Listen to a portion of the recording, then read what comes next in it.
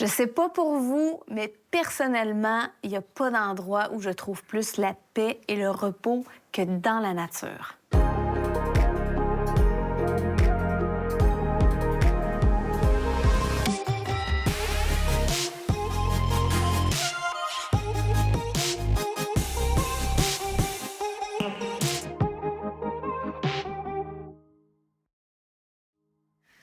Bienvenue à une autre émission de l'Heure de la bonne nouvelle. Aujourd'hui, on a un sujet dans le cadre de notre série à la recherche du bonheur et on parle du lien entre le bonheur et la nature.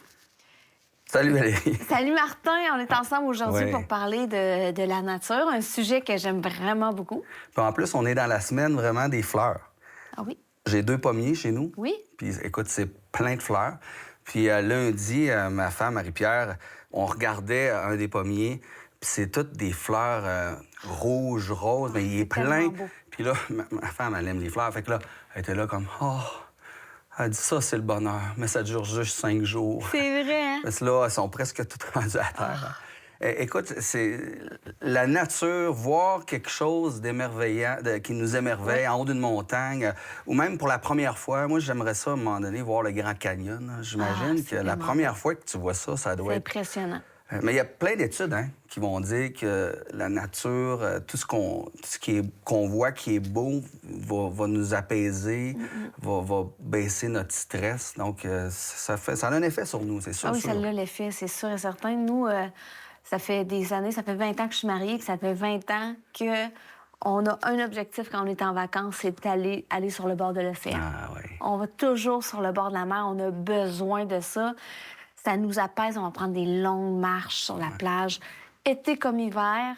Puis c'est à cet endroit-là qu'on décompresse le plus. Ah oui. Je sais pas si tu as déjà rencontré quelqu'un qui aimait pas la nature. Non.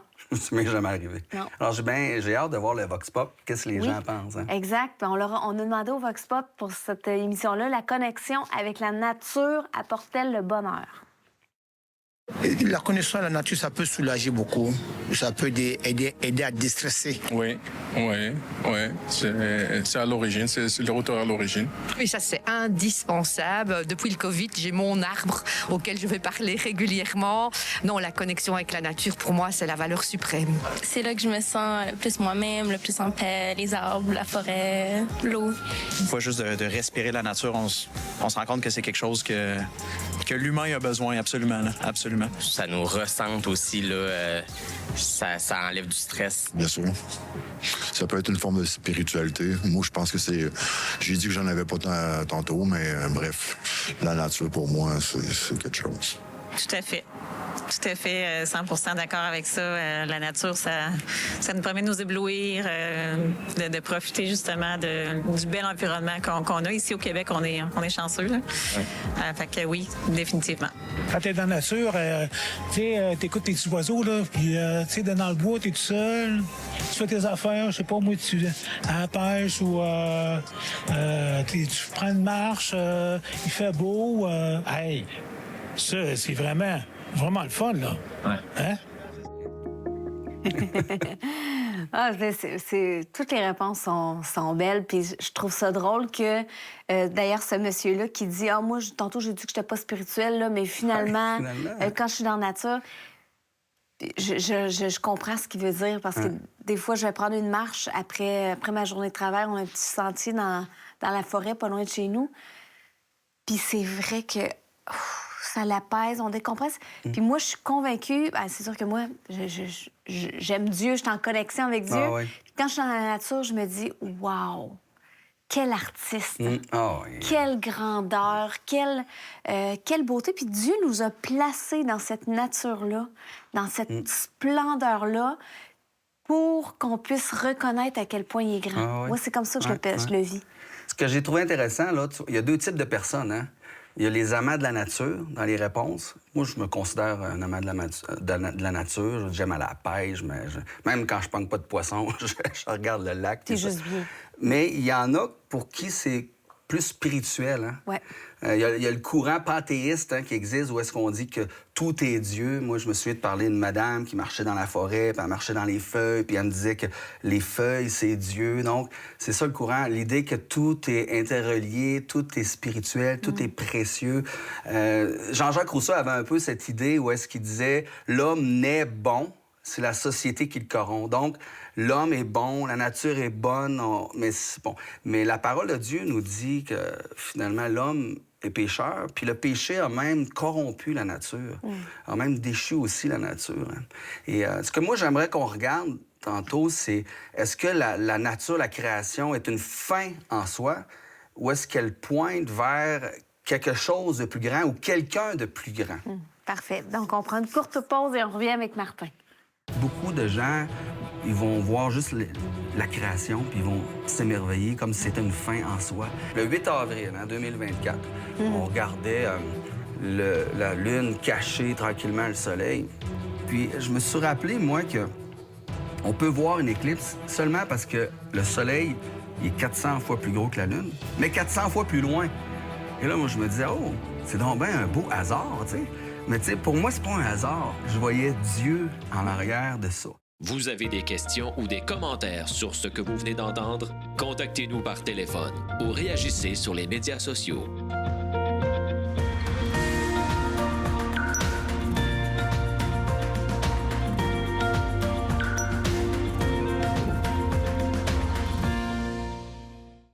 Donc, Martin, on parle de la nature, on parle de la connexion avec la nature, le bonheur. On en a déjà parlé.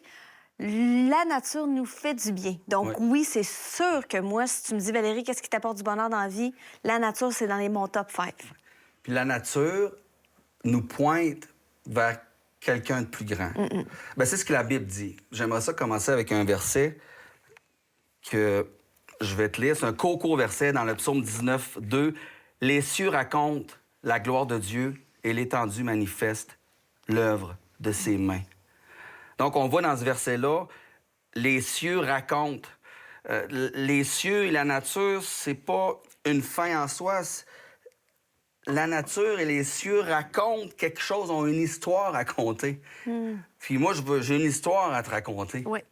Je me souviens, je sais pas si tu étais à l'éclipse, voir l'éclipse. Oui, on est allé. As-tu été dans la section où est-ce que c'était, on la voyait 100 %? J'ai pas réussi à me rendre. Bon, le 8 avril 2024.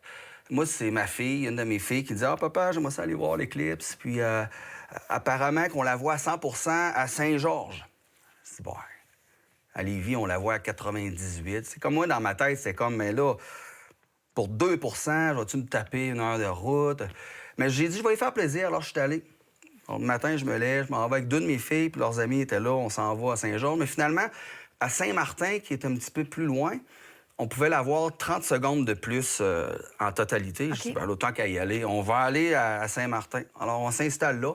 Pendant, 2 heures, on s'est cassé le cou avec des lunettes, puis on regardait la Lune cacher tranquillement le Soleil.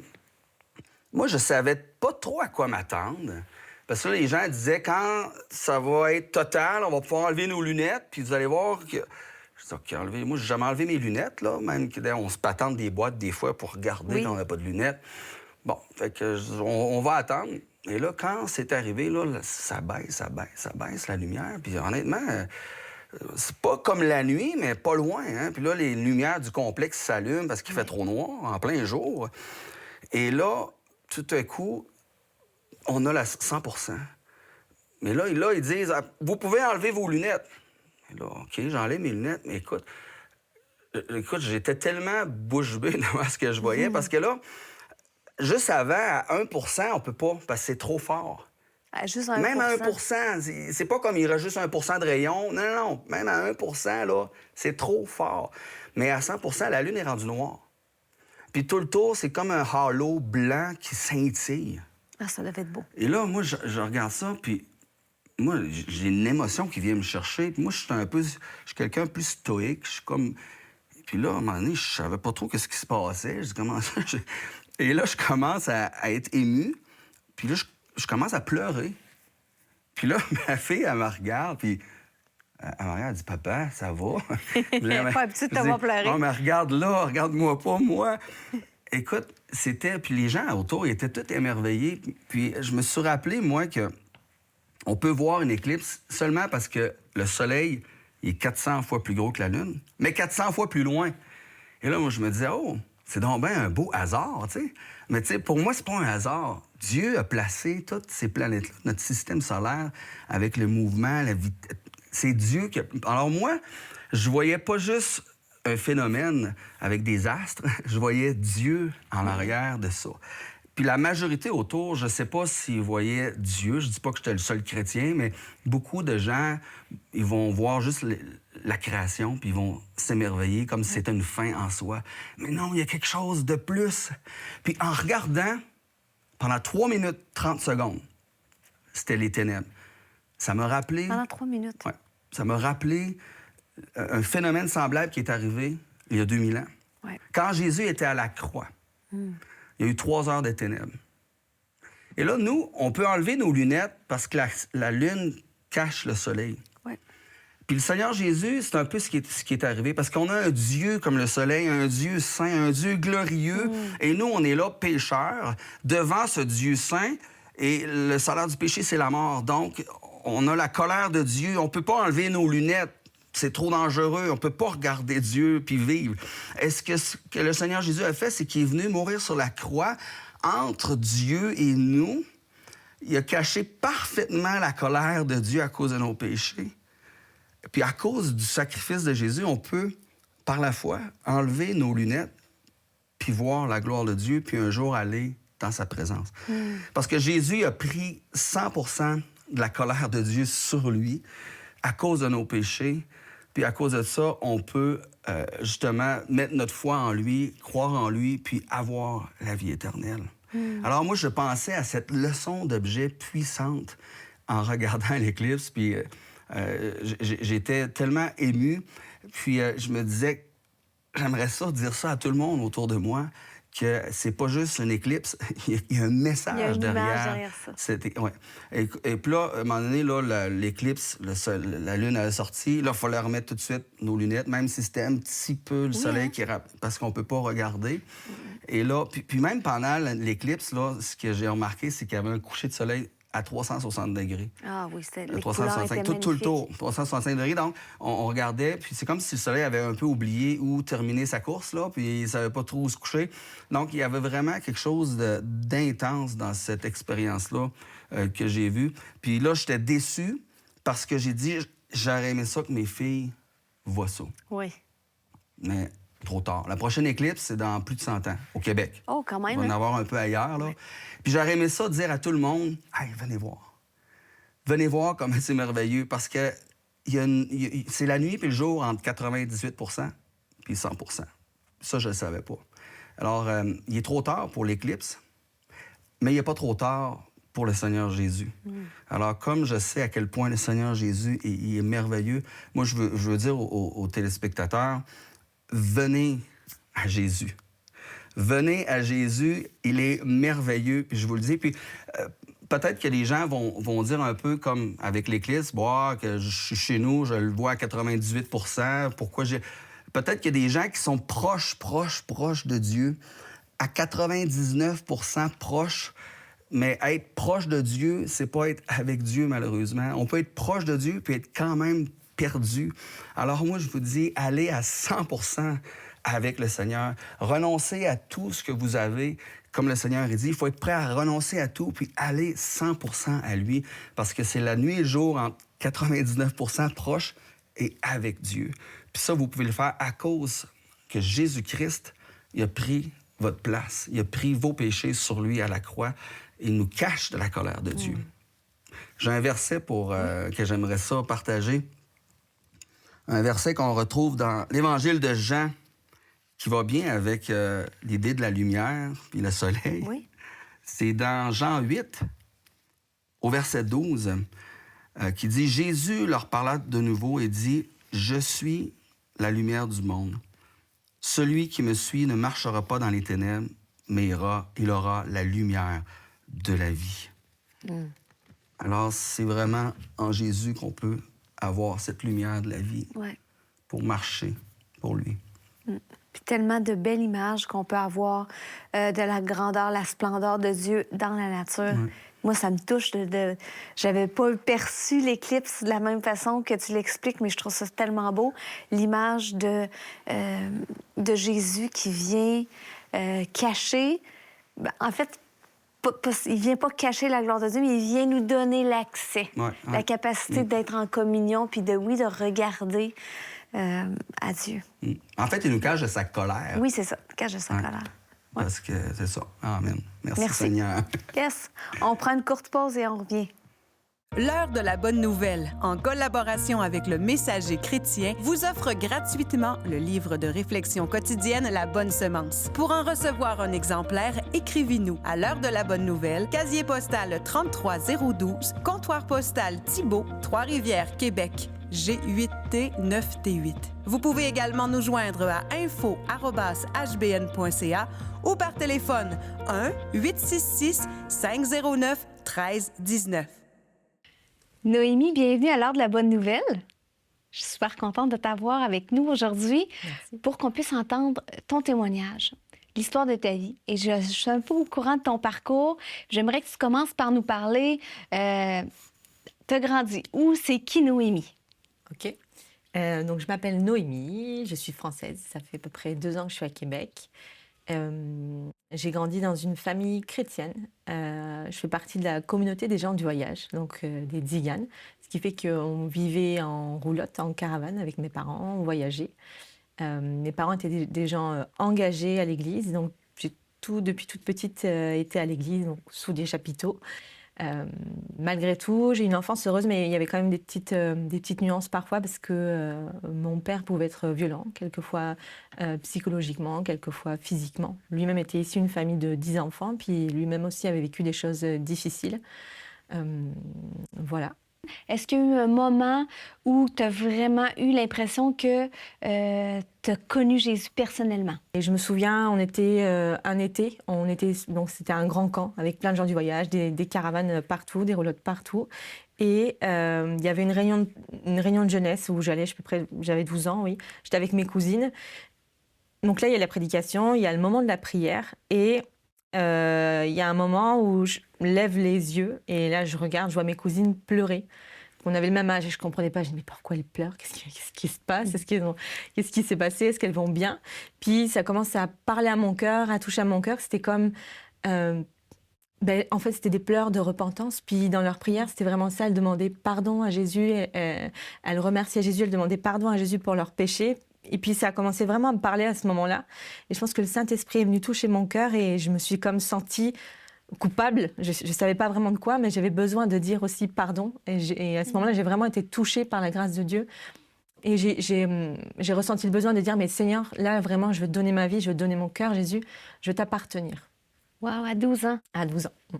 Et j'avais à peu près 17-18 ans quand on a décelé un cancer à ma maman. À ce moment-là, moi, j'avais donné mon cœur à Dieu. À 17 ans, j'avais pris les eaux du baptême.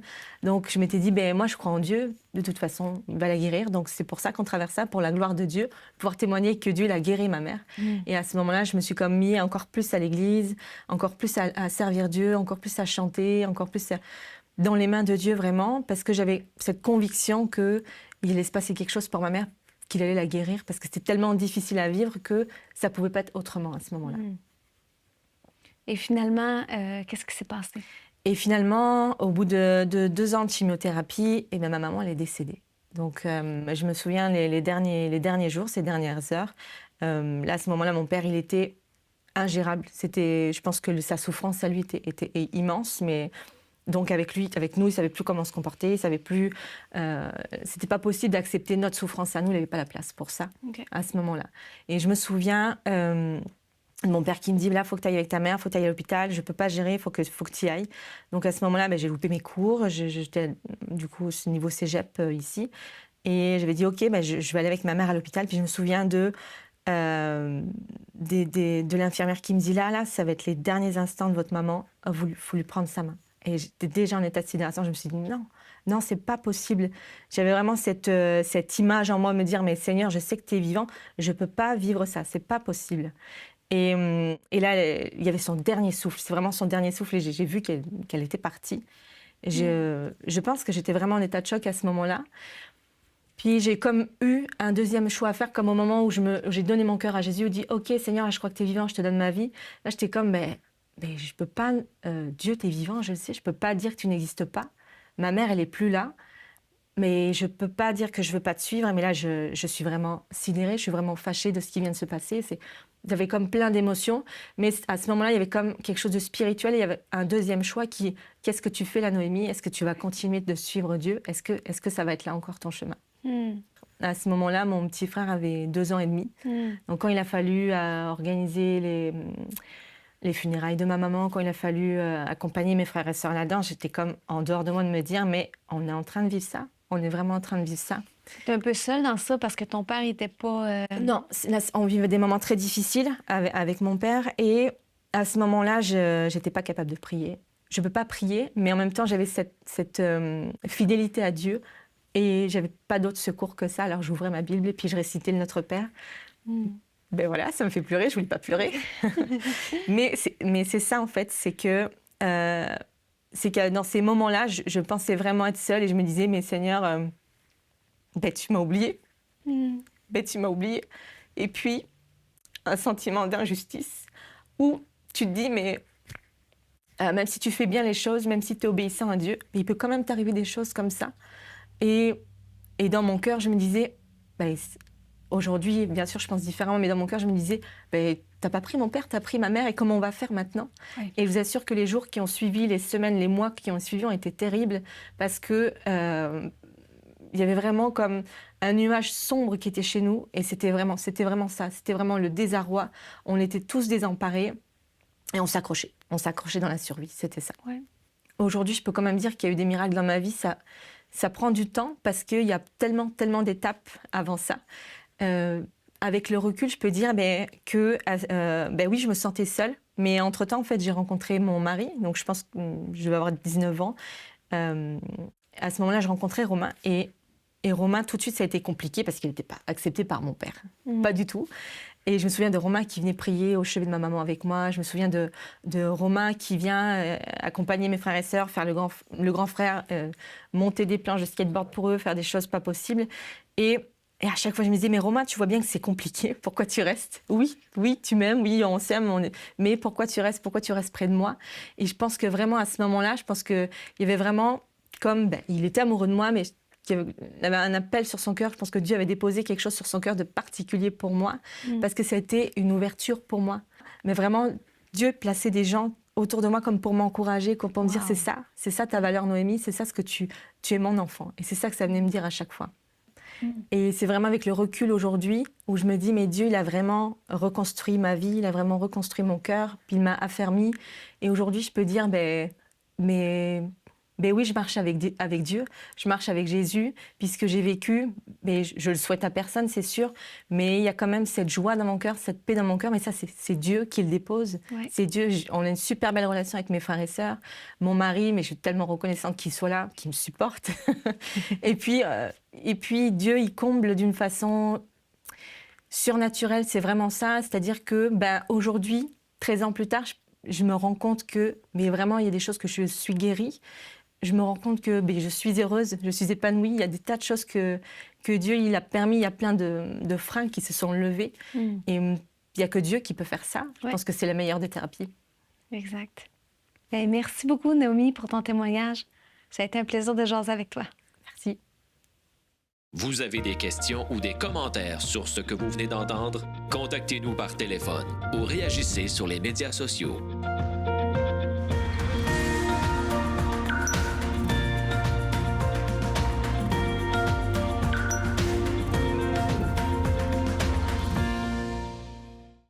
Le site web de l'Heure de la Bonne Nouvelle vous permet de voir les émissions de la série en cours et de visionner celles des années précédentes.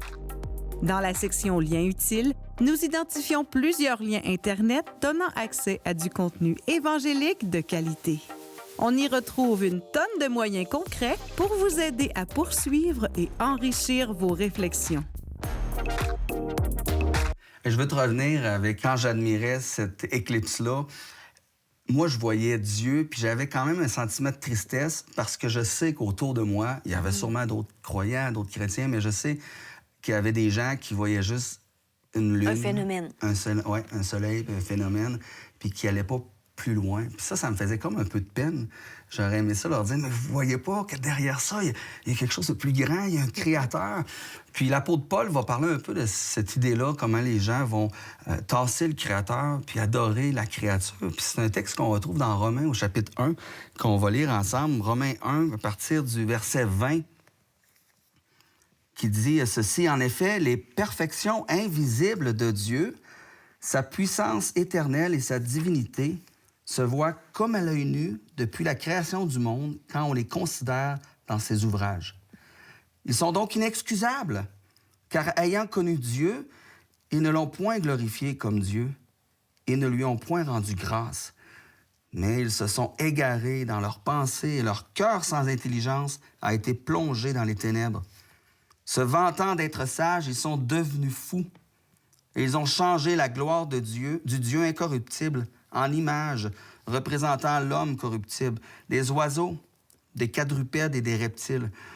C'est pourquoi Dieu les a livrés à l'impureté, selon les convoitises de leur cœur.